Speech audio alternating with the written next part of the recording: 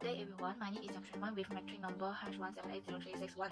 First, I will go to explain about the proceed model. There are 9 phases in this model. In this 9 phases, they are divided into 2 parts, which is proceed and proceed part. Start from phase 1 until phase 5 is proceed part, while phase 6, 7, 8, and 9 is under the proceed part. The first phase is social assessment or diagnosis and is situational analysis. This phase is to identify specific health problems that links to quality of life, like where we talk with our populations and figure out what kind of quality of life issues are they really facing, such as low educational levels, low income levels, low opportunities for physical activities, and so on. The second phase is epidemiological assessment. In this phase, we might look at what's actually affecting them and what are the factors that are having a negative impact on them being able. Maybe they need to survey people, epidemiological research, structure interviews, or focus group. Next, for the third phase, which is kind of the behavioral and environmental assessment. Normally, it is determining and prioritizing behavioral and environmental risk factors or conditions linked to support behavior, health, or quality of life.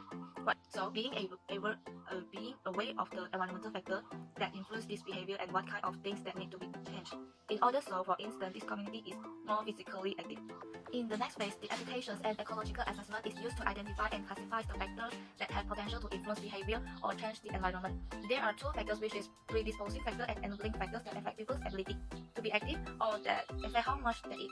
Predisposing factor is something that happens before the fake behavior takes place, and sometimes these things are demographic or like genetic or biological. So if some people are not physically active, it might be because they never learn to be active or they have a physical limitations. Then for the enabling factors, it is like doing something that make other people to follow. Make it possible for a motivation to be realized, enable people to act on their predisposition. For the phase 5, it is the administrative and policy assessment. It is the end of the proceed part. It is used to determine if capabilities and sources are available to develop and implement programs. Next is phase 6, which is implementation. After done the things from phase 1 to phase 5, you can begin to run your program. Then phase 7, 8, and 9 are all about the evaluation. And I'm actually doing what I set out to do, and I reached the target that I set out to achieve. Yes, phase 7 is process evaluation. Monitor our implementation process to make sure we are doing what we are going to do. Like survey the people that are the part of the intervention that have to. Phase 8 is impact evaluation, where you measure or observe the effect of the program. Like is it the people changing their behavior? Phase 9 is the outcome evaluation. After doing all these things, do the people actually change? It is the long-term effect of the program. An online mental health promotion program has been implemented to investigate depression, anxiety, and stress among university students. There are 6 stages for executing the program, namely stage 1, 2, 4, 5, 6, and 7. Stage 1 is social assessment. As I explained before, in this stage you need to identify the health problem, which is the depression, anxiety, and stress problem among university students. Therefore, a questionnaire was created to survey students in this stage, which can be called the epidemiological assessment. The questions from questionnaires can analyze someone who suffers from depression or not through their feelings, behavior, and attitudes. In the next stage, which is education and ecological assessment, the predisposing factors that has been used to conduct this program and talk to them to evaluate their sentiments. So through the result of the questionnaire, you will know who encountered this problem. If there is a depression problem, you can call him or her for advice.